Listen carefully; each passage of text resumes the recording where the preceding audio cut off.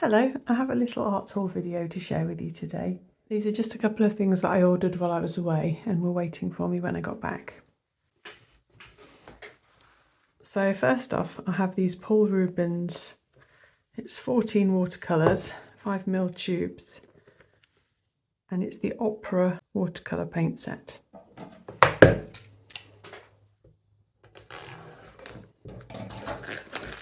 I'm not expecting these to be colour fast at all.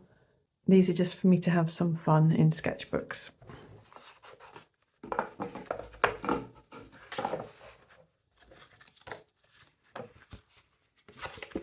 So I've got a watercolour paper swatch card.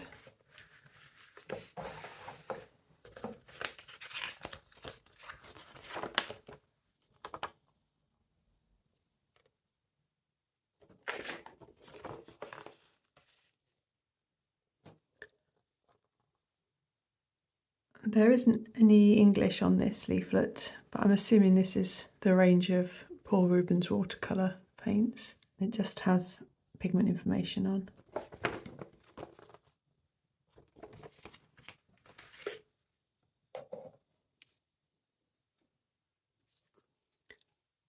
And then these are the paints. I'll swatch them out in a minute. Quite excited to try these. And the next thing I bought was this book by Inga Buividavice. I'm sorry if I'm pronouncing that wrong. Called Painting Calm. And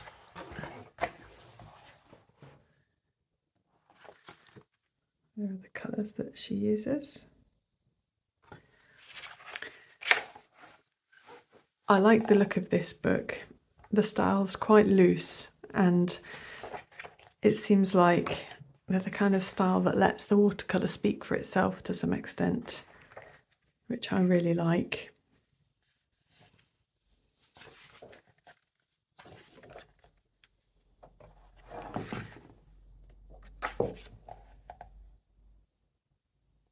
I just love the property of watercolour, especially really transparent or granulating watercolours. I think it's nice sometimes to keep a design quite simple and allow the qualities of the paint to shine through.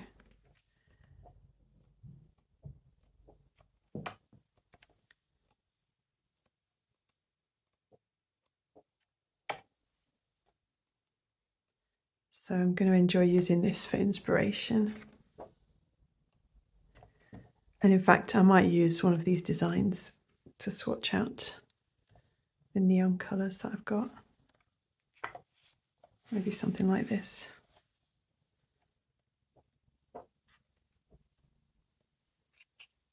Yeah, that's lovely. I'm going to enjoy that, I think. I also bought a generic paintbrush roll. It's not branded, just a cheap one. And I just popped some of my favourite paintbrushes in it.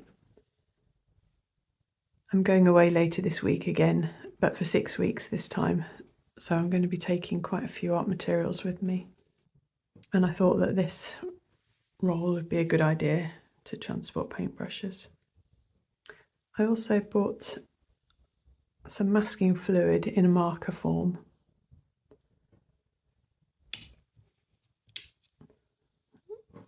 I'll have a play with it later, but I like the idea of being able to put some fine lines down of masking fluid, doing a watercolour over the top of it, and then revealing the white that's been protected.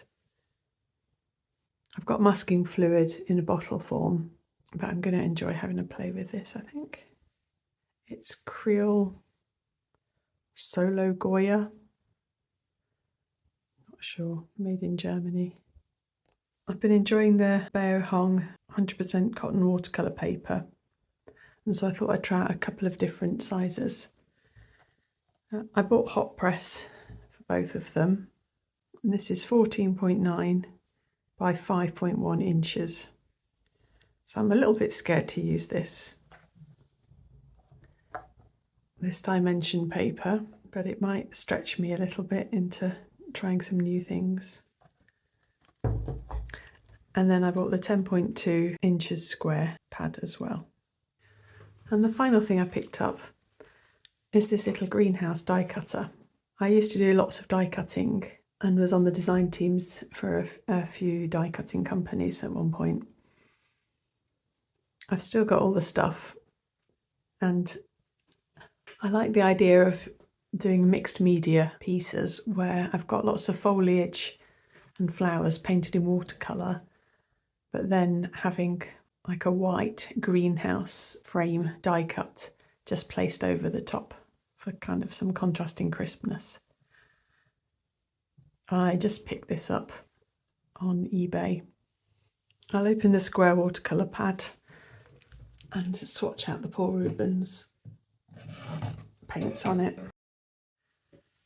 Actually, before I swatch the paints, to start with, I'm just going to draw a couple of leaves.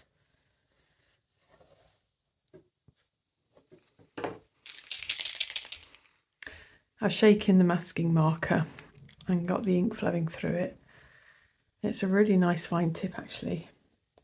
I'm just going to draw on some leaf veins so that they can be drying while I swatch out the paints.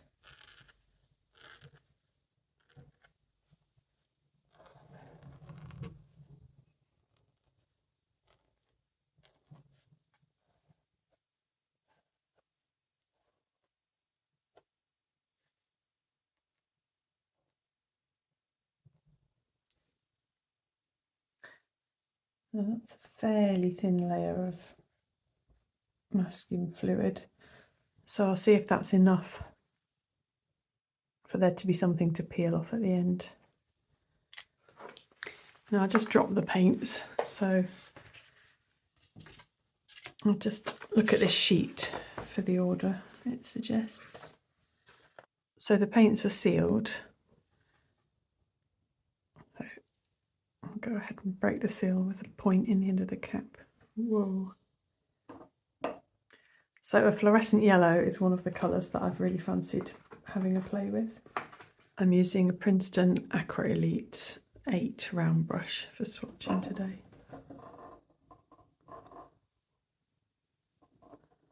Oh my word, these are so bright. I don't know how well these are going to show up on the video, but oh, I'm so delighted. That is insanely bright.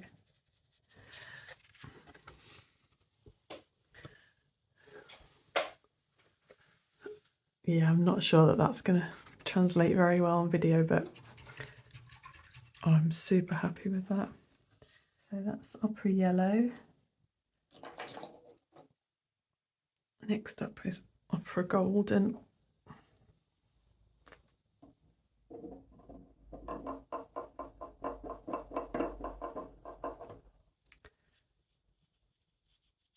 That's the most insanely bright orange. I got real flashbacks to the 1980s then as a kid. Something must have been this colour. Maybe like those beads that you used to put on bike spokes. Something like that anyway.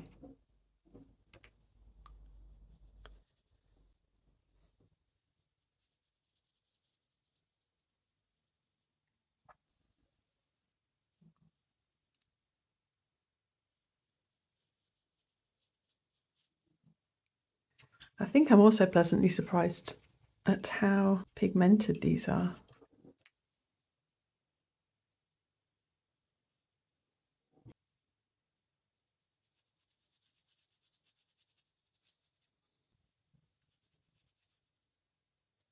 I think I would have swatched these two the other way around.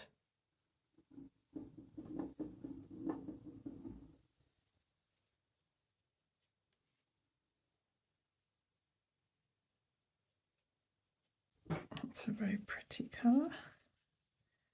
Opera light red.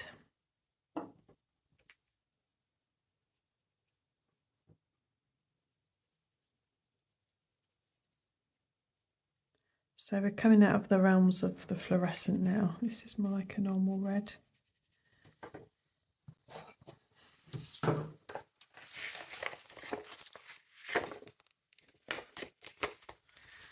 I'm just wondering if I can find this one and see what the pigment information is on it. I can't find any numbers that match up, so I'll have to go and do a bit more research to figure out what these paints actually are.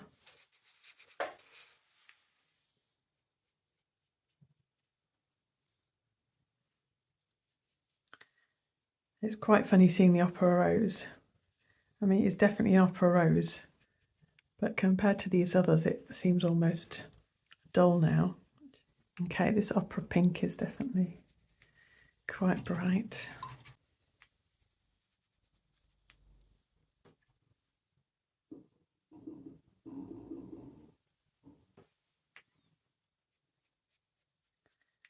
And this is opera peach. I wouldn't say it's very peachy at all.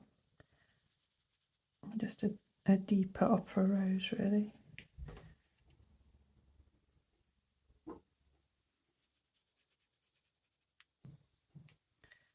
This is opera violet. I think now we'll be coming out of the fluorescent colours because I've not really seen super good fluorescent purples or blues.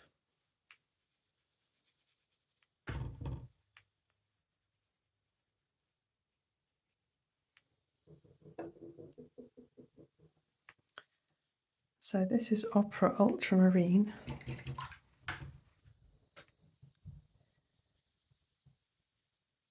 Which is just, seems like a fairly ordinary blue.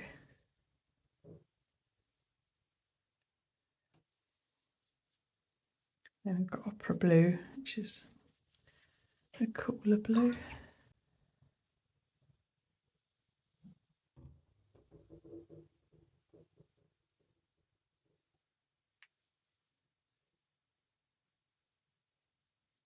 Oh, that's a pretty bright green.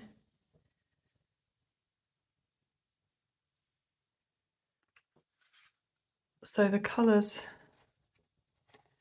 on the tubes don't particularly match the colours of the paints.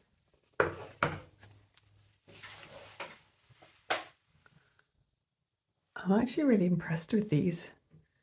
I think they're brighter than I was imagining.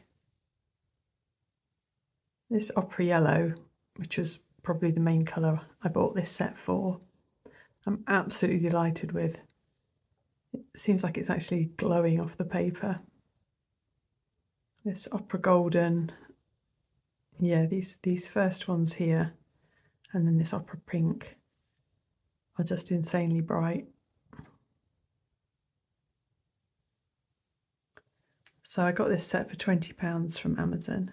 There's not any pigment or light fast information on the tubes, but as I say, these are just for fun in sketchbooks.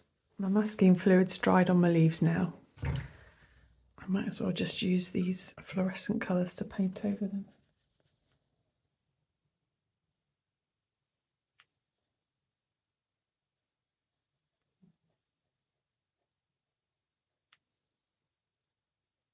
So the masking fluid resists the paint quite well.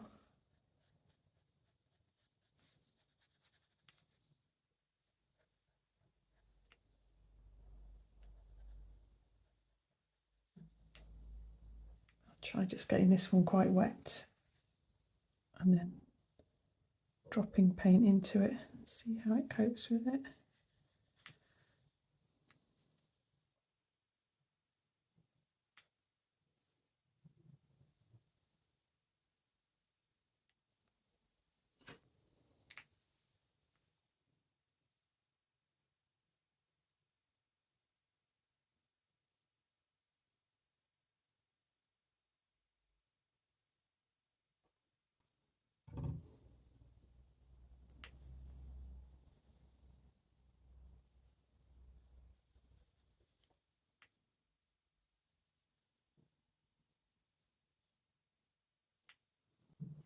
So the fluorescent paints don't flow into each other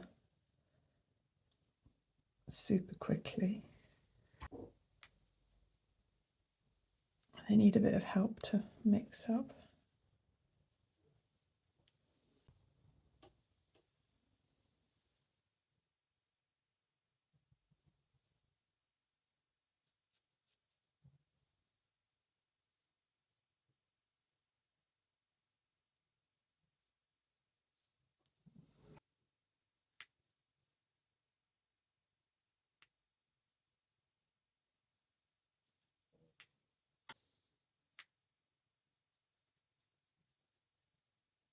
So I'm just going to paint a few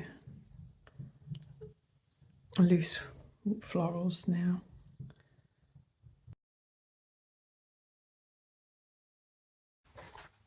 I'm looking at this picture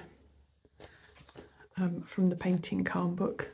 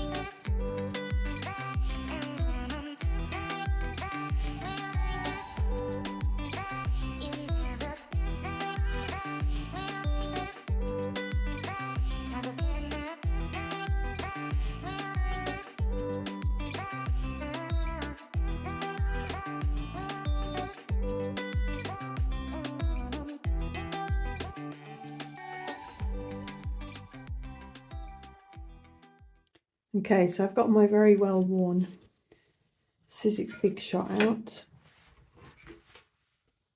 and I've got some textured white cardboard.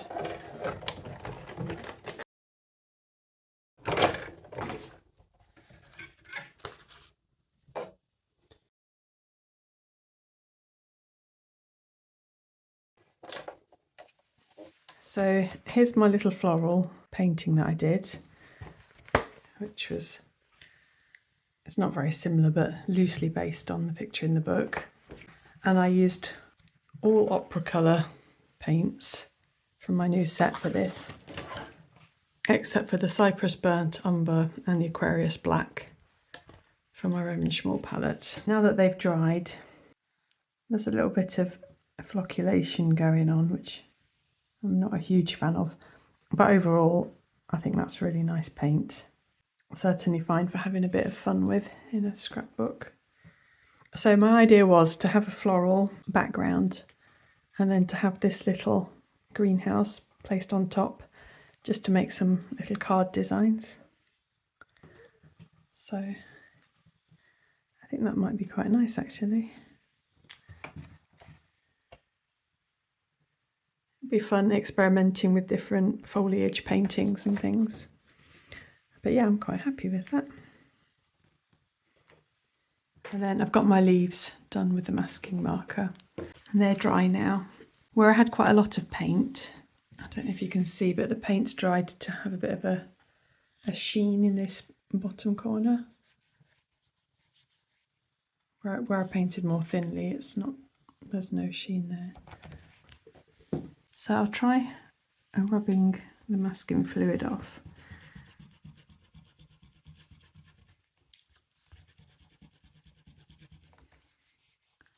I think that's all off.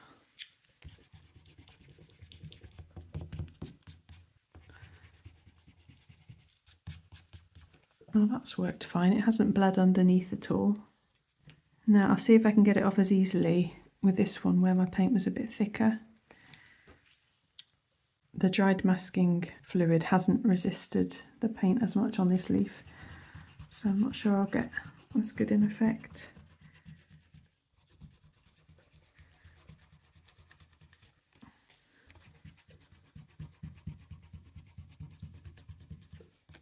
Ooh, I'm starting to rub the paint off now. I think this is where my masking fluid was at its thinnest. So I've got the Faber-Castell Perfection Rubber, which is a little bit firmer. That might work. Oh yeah, that's working a bit better.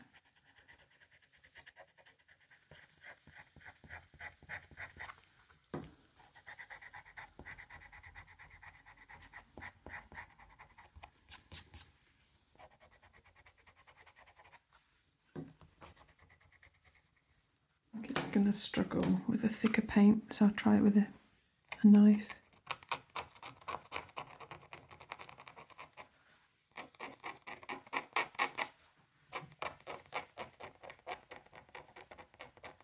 Okay, so I think for the masking marker, you definitely need to make sure that you put it on thick enough and that perhaps you don't put too thick layers of paint over the top. But I'm quite excited for that. I really like how accurate and neat it is. So yeah, I hope you enjoyed that little art tour. Thanks ever so much for joining me. Bye.